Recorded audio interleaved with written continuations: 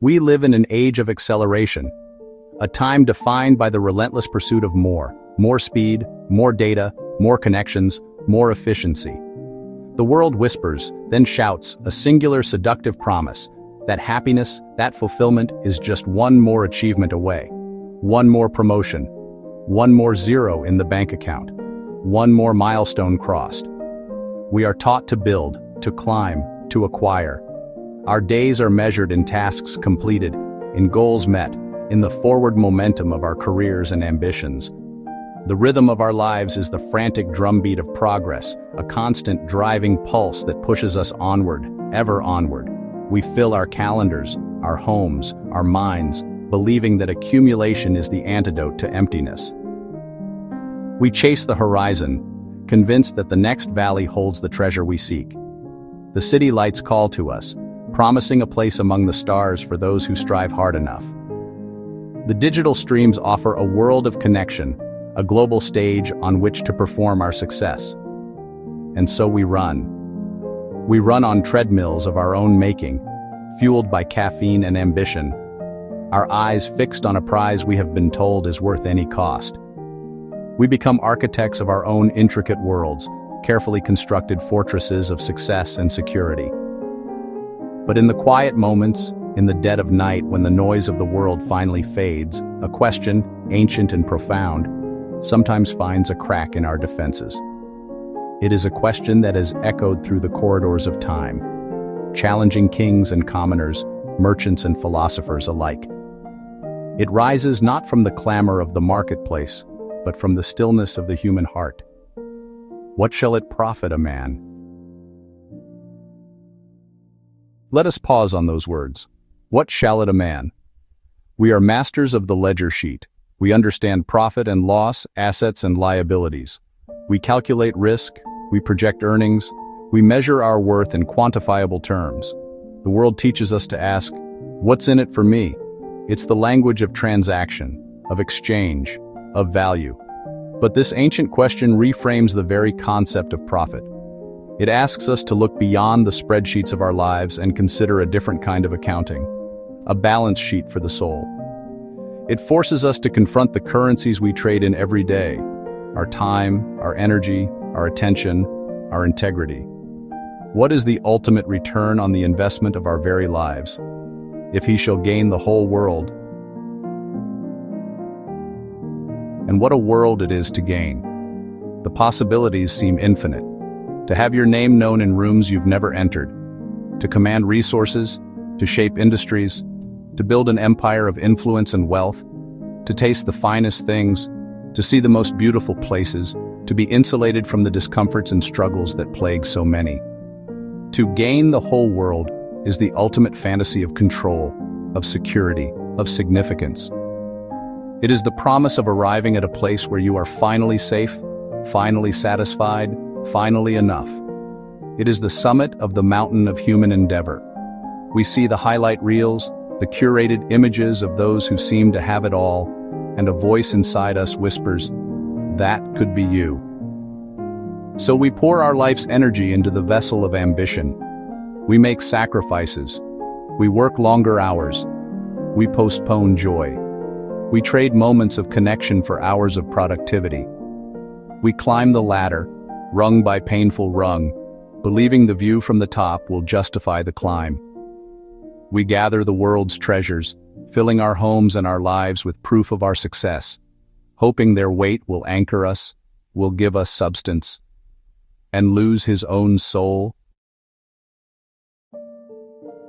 This is the pivot, the heart of the matter, the devastating counterpoint to the world's grand promise. For what is the soul? It is not some abstract theological concept. It is the very essence of who you are.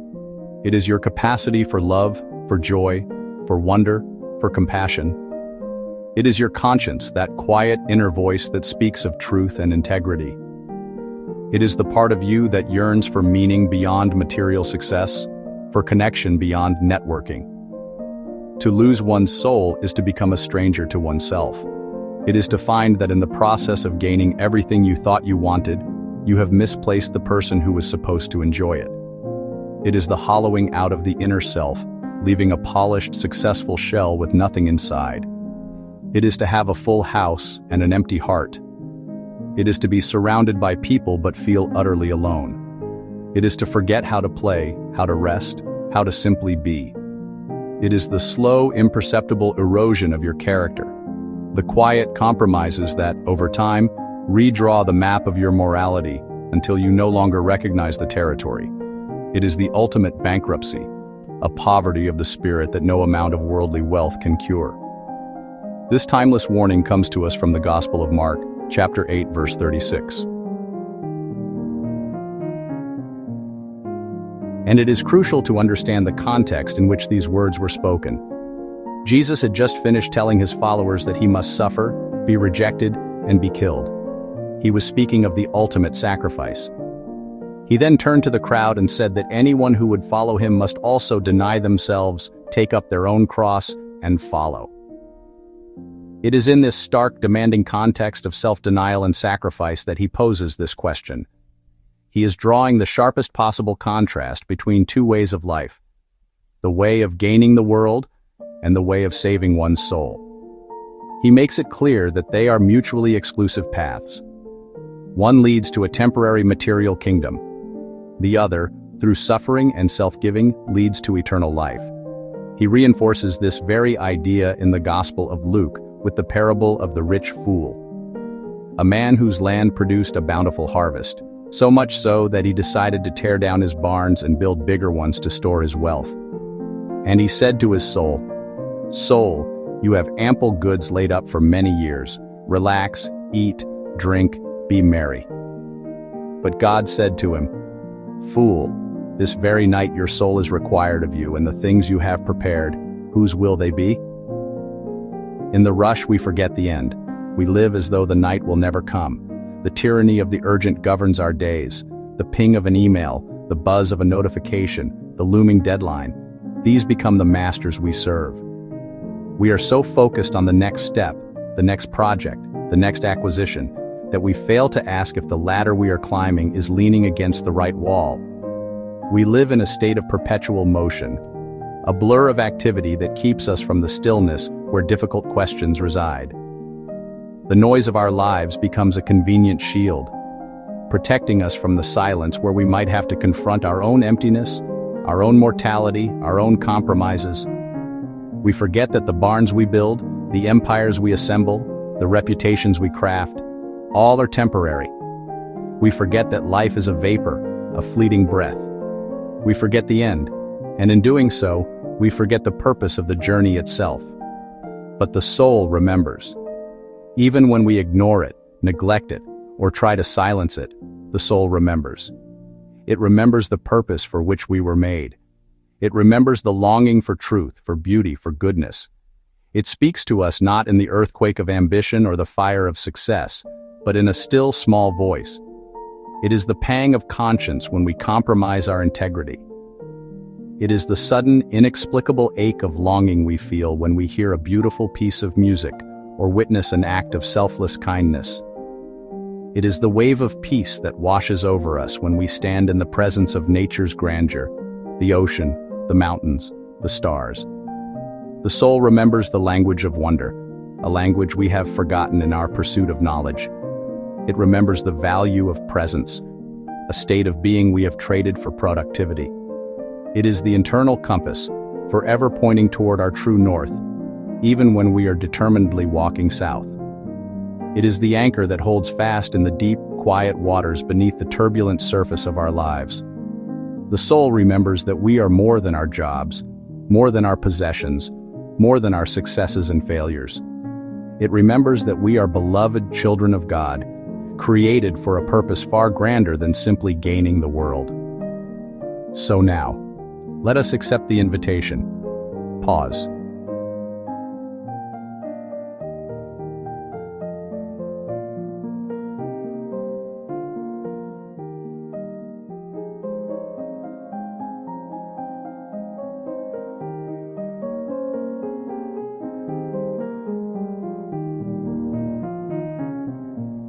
Turn off the noise, just for a moment. Step away from the endless stream of information and obligation. Find a place of stillness, both outside and within. Take a breath, a deep cleansing breath. Feel the air fill your lungs, and as you exhale, release the tension you carry in your shoulders, your jaw, your spirit.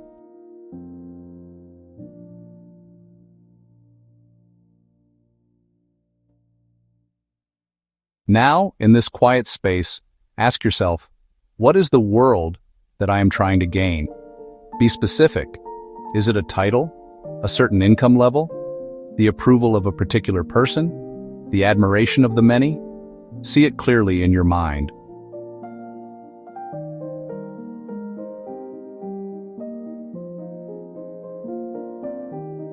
And what is the price I am paying to gain it? What am I sacrificing? Is it my time with loved ones, my peace of mind, my physical health, my creativity, my integrity?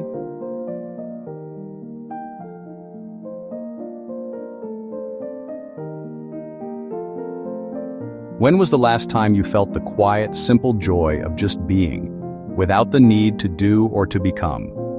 When did you last feel a sense of wonder?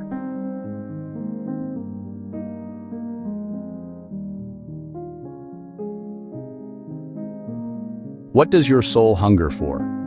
Not your ego, not your ambition, but the deepest part of you. Does it hunger for silence, for nature, for authentic connection, for forgiveness, for a sense of purpose? What is truly gained? The world offers a currency of paper and metal, of likes and shares, of status and power. It is a currency that glitters, but it is cold to the touch. It can buy a house but not a home. It can buy medicine but not health. It can buy companionship, but not love. It can buy a bed, but not sleep. The profit the world offers is subject to inflation, to market crashes, to the inevitable decay of time. But there is another economy, the economy of the soul. Its currency is love, grace, mercy, and truth. What is truly gained when we invest in this economy? We gain a peace that the world cannot give, a peace that persists even in the midst of storms.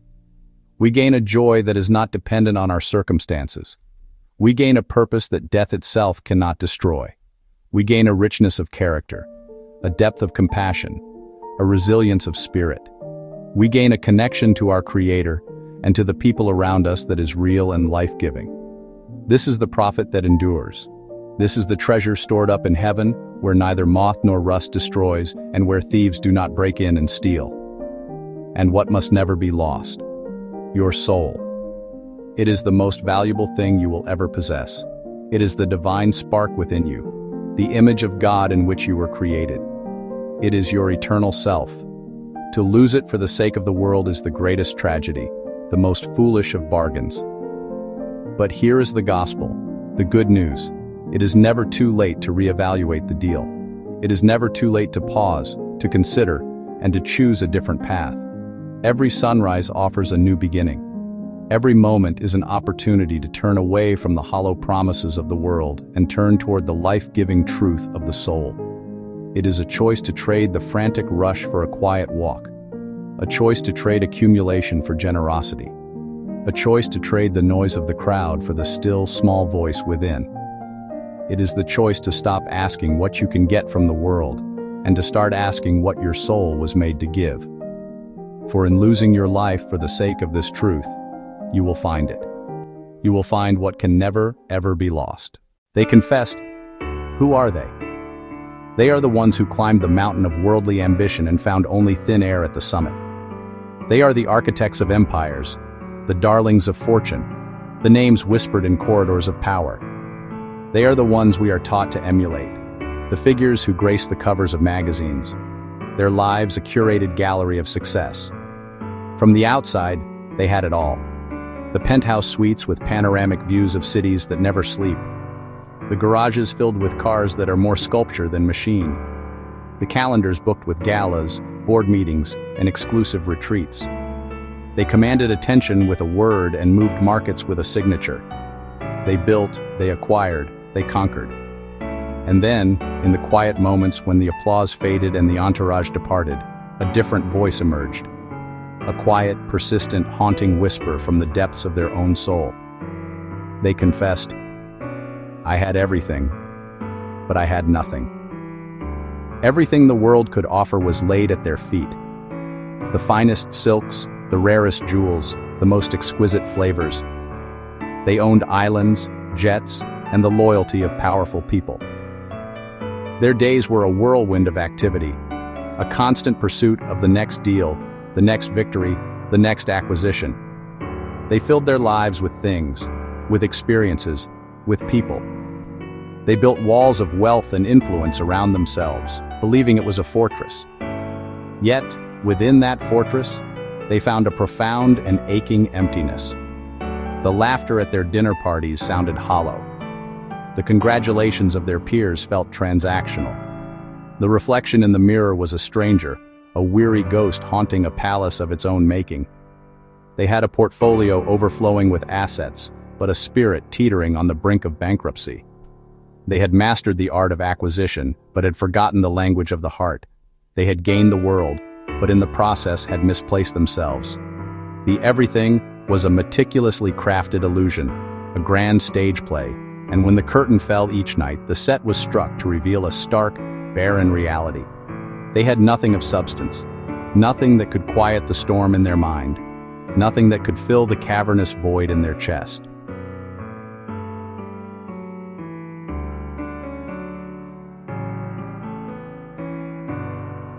And they came to understand a difficult truth. They had built their lives on everything that fades. Wealth, they learned, is a fickle servant. It can buy comfort, but not contentment. It can purchase access, but not acceptance. The numbers on the screen, the fluctuating tickers that dictated their moods, were as transient as the morning mist. Fortunes won and lost in the blink of an eye. Fame is even more fleeting. A roaring fire that consumes everything in its path, only to die down into cold, forgotten embers. The adoration of the crowd is a wave that crashes on the shore and immediately recedes, leaving no trace. Yesterday's hero is tomorrow's trivia. Even the body, the vessel of all this ambition, is subject to the relentless march of time. The strength of youth gives way to the frailty of age. Beauty wrinkles, hair turns to silver, and the energy that once seemed boundless begins to wane. All these things, the money, the power, the applause, the physical form, are like grasping at smoke. You can see it, you can feel its warmth for a moment, but you can never hold it. It slips through your fingers, dissolving into the air. The writer of Ecclesiastes, King Solomon, the wealthiest and wisest man of his time, surveyed all his accomplishments, his palaces, his vineyards, his vast treasures, and declared it all vanity, a chasing after the wind, a profound emptiness.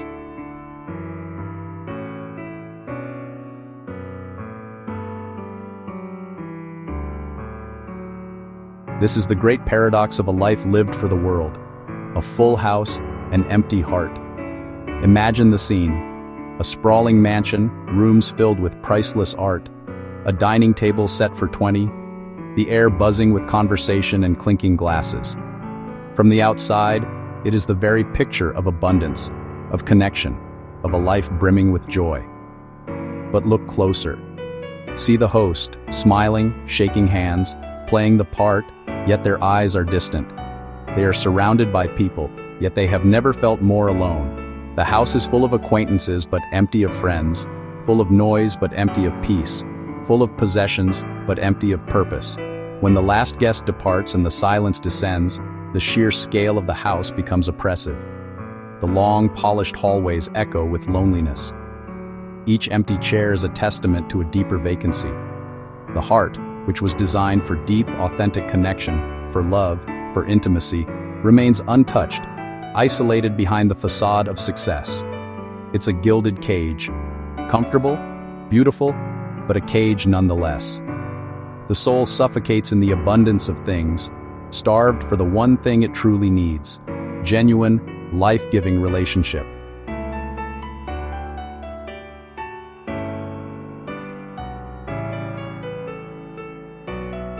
The shelves and walls are lined with the evidence of a successful life.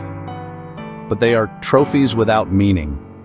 Each award, each plaque, each framed certificate represents a mountain climbed, a battle won, the deal of the year, the Innovators Award, the championship ring. They were once objects of intense desire, the finish line of a grueling race. For a moment, holding them felt like everything. A rush of validation, a confirmation of worth. But the rush fades. The polished gold and silver begin to gather dust. They become mere objects, cold and silent. They don't offer comfort in the dark of night. They can't have a conversation. They can't offer forgiveness or share a moment of vulnerability. They are monuments to past achievements, but they offer no guidance for the future and no peace for the present. They stand as symbols of what was sacrificed to win them. Time with family, moments of quiet reflection, the cultivation of the inner life. The man who has a room full of trophies but an estranged child, or the woman with a wall of accolades but no one to share her fears with, knows the bitter truth. These symbols of victory are hollow. They are reminders of a race run on the wrong track, a game won with the wrong prize in mind.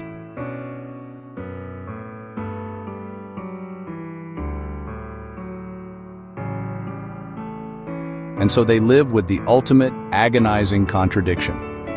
The world within reach, peace out of reach. With a phone call, they can summon the most powerful people on the planet. With a keystroke, they can move vast sums of money across continents. They can have any material object delivered to their doorstep. They can travel anywhere, do anything, experience everything the physical world has to offer. The world, in a very real sense, is at their command. It bends to their will. Yet the one thing they cannot command is their own inner state. They cannot will their minds to be still. They cannot purchase a single moment of genuine soul-level peace. Anxiety is a constant companion, a shadow that follows them even into the most luxurious of settings. The pressure to maintain, to grow, to stay on top is a relentless taskmaster. They lie awake in their $1,000 sheets, their minds racing with worries, replaying conversations, planning their next move. They have conquered external kingdoms, but have no sovereignty over their own internal chaos. Peace remains the elusive prize, the one thing their power cannot secure and their money cannot buy. It is a treasure locked in a vault to which they do not have the key.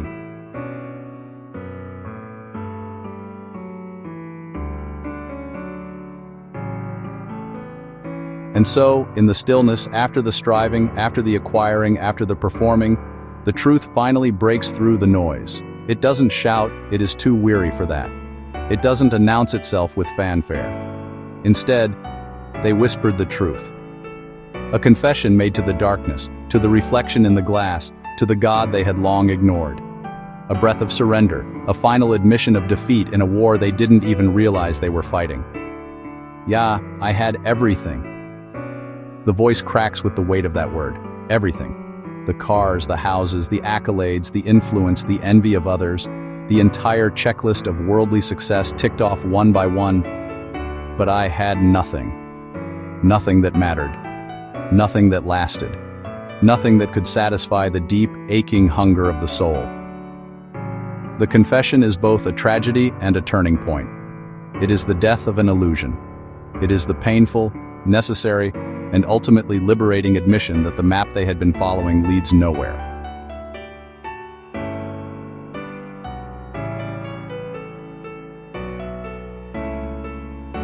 But the story does not end in that whisper of despair. For in that very emptiness, in that rock-bottom realization, a new possibility can be born. In the silence left by the death of ambition, a new voice can be heard. A voice that promises, there is more.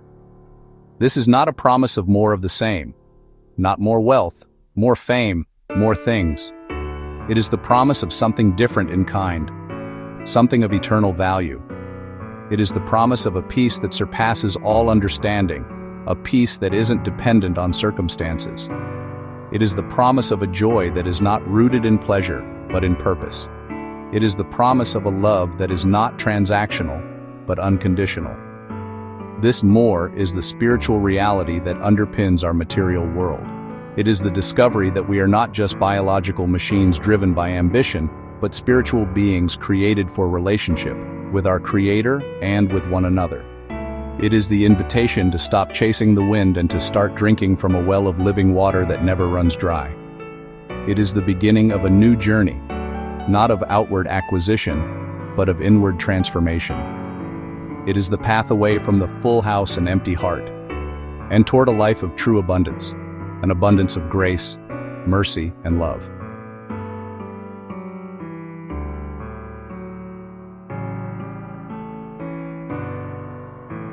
This brings us to the fundamental question, the one that echoes beneath all our striving and all our desires. It is the question we must all eventually face, whether we are at the top of the worldly ladder or at the bottom. What are we truly seeking? Are we seeking temporary validation or eternal significance? Are we chasing fleeting pleasures or lasting joy? Are we building a kingdom of self that will crumble to dust? Or are we seeking to be part of a divine kingdom that will last forever? The world offers us a compelling, glittering answer. Seek wealth, seek power, seek comfort, seek recognition. But we have heard the testimony of those who have attained it all. We have heard their whispered confession of emptiness. Their experience is a warning sign, a loving caution to all who follow. The deepest longing of the human heart is not for a bigger house, but for a true home. It is not for the applause of a crowd, but for the unconditional acceptance of a loving Father. It is not to gain the world, but to find our soul. What are we truly seeking? Let us not be deceived by the illusion. Let us have the courage to look past the fading treasures of this world and seek the one thing that truly satisfies, the one thing that lasts for eternity.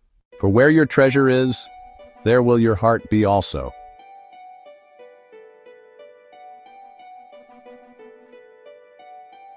What draws your heart? Treasures that do not rust.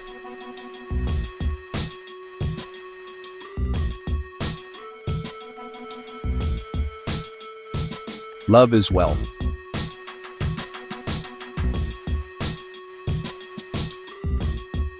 Where is your heart anchored?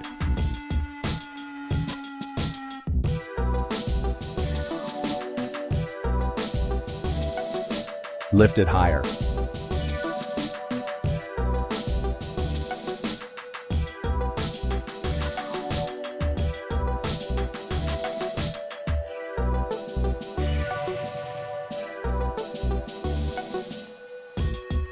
Choose the everlasting.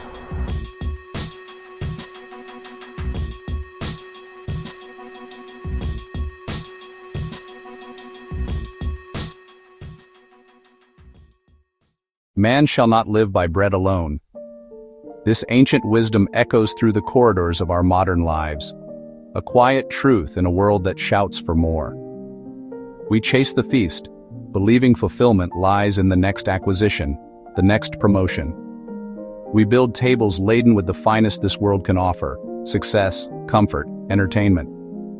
We eat and drink, and for a moment, the hunger seems to subside.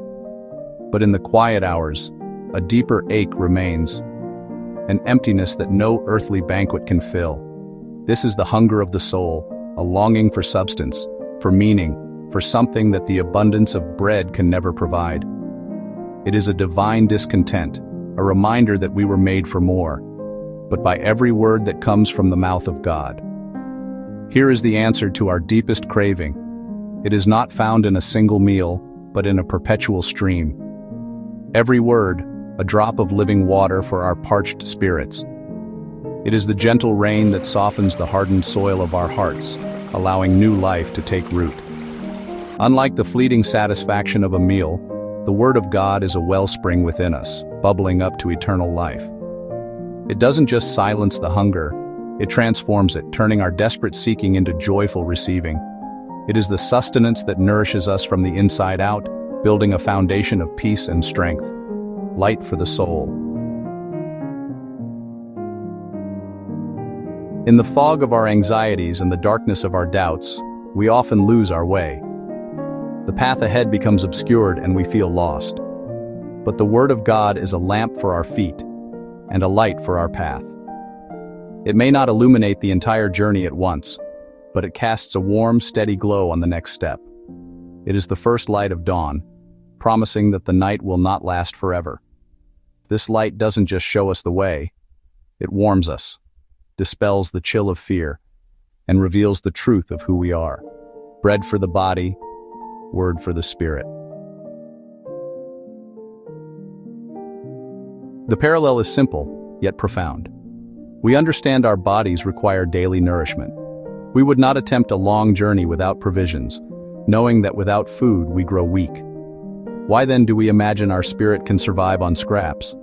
A spirit starved of truth becomes frail, easily swayed by the winds of culture, susceptible to despair and cynicism. It withers like a plant denied water and sun. To tend to our spirit is not a luxury, it is a necessity. It is the daily act of opening our hearts to the life-giving word, allowing it to strengthen our inner being. Feasts end. Every celebration, no matter how joyous, has its final song. The laughter subsides, the vibrant colors of the banquet fade into the quiet gray of the morning after. The memories may linger, but they are echoes of a moment that has passed. This is the nature of all earthly pleasures. They are beautiful gifts, but they are temporary. They are inns along the road, not the destination. To place our ultimate hope in them is to build a house upon the sand. The empty plates are not a tragedy, but a gentle reminder. Do not anchor your soul to that which is passing away. His word endures. While the grass withers and the flowers fade, the word of our God stands forever. It is the unshakable reality in a world of change. It is more ancient than the mountains and more constant than the stars. It was there in the beginning, spoken into the void to bring forth life. It is here now, a living and active presence, and it will be there at the end, the final truth. To build your life on this word is to build on solid rock. The storms will come, but the foundation will hold. It is the one anchor for the soul, sure and steadfast. Be fed by truth. This is the invitation extended to each of us in the quiet moments of our lives. It is a call to turn from the empty calories of the world and come to the table prepared for you. To be fed by truth is an active choice. It means creating space in our hurried days to be still, to listen, to read. It is to taste and see that the Lord is good. This is not a meal to be rushed. It is a slow savoring, allowing the truth to permeate our being. It heals, it corrects our vision, and it fills us with a quiet courage. It is the nourishment that truly satisfies, feeding our souls with God's presence. More than bread. In the end, the comparison falls short. The Word of God is not merely a spiritual equivalent of physical food. It is the very bread of life, Jesus himself, who declared, "Whoever comes to me will never go hungry." It addresses a hunger that bread cannot touch, a thirst that water cannot quench. Bread sustains a life that is passing. The Word gives a life that is eternal. It is the manna in our wilderness, the sustenance for our pilgrimage, the promise of the eternal banquet to come. It is the ultimate nourishment, the source of all life, the love of God made available to us day by day. I am the vine, ye are the branches.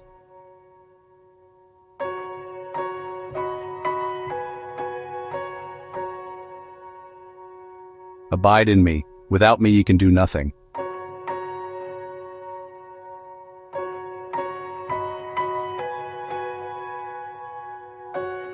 Connected life flourishes.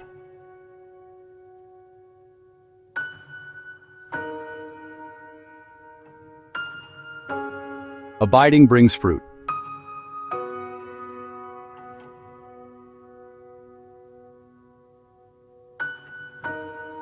Life drawn from the vine.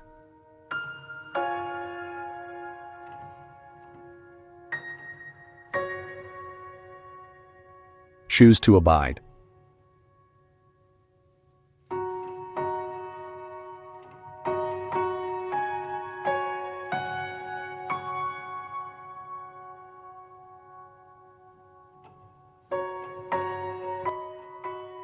the vine and the branches.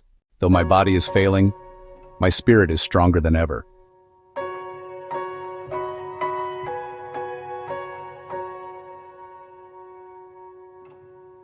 Strength unseen.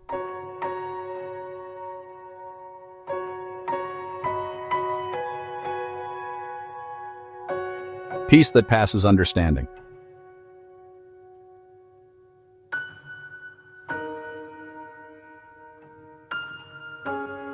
Hope is alive.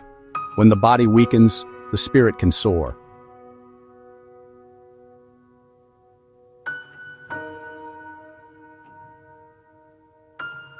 Grace sustains.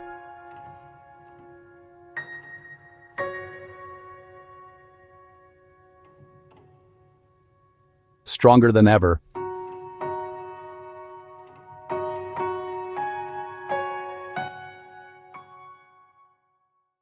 What's important is your soul.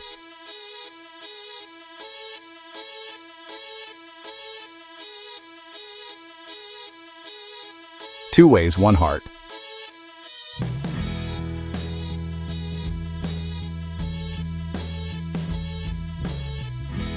Choose life.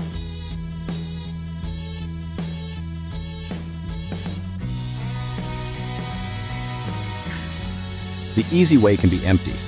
The narrow way is alive. Guard your soul.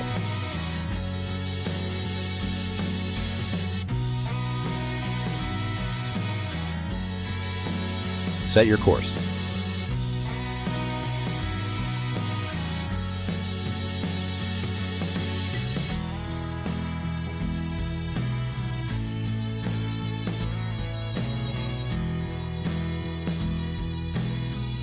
Choose the light.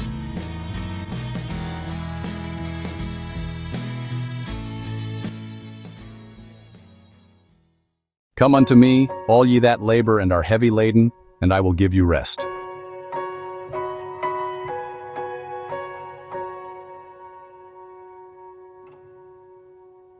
Rest for your soul.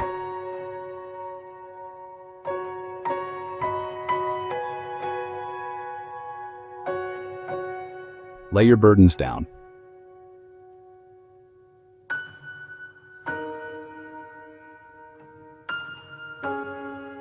Receive his rest.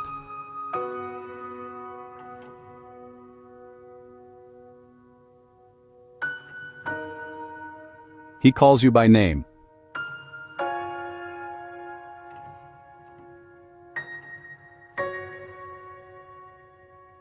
Come and rest.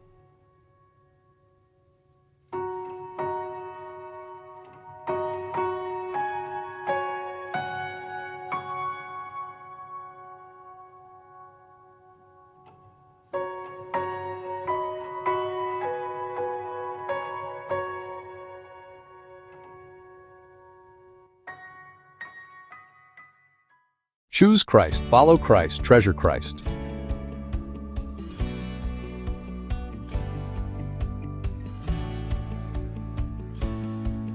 Abide, seek, guard your soul.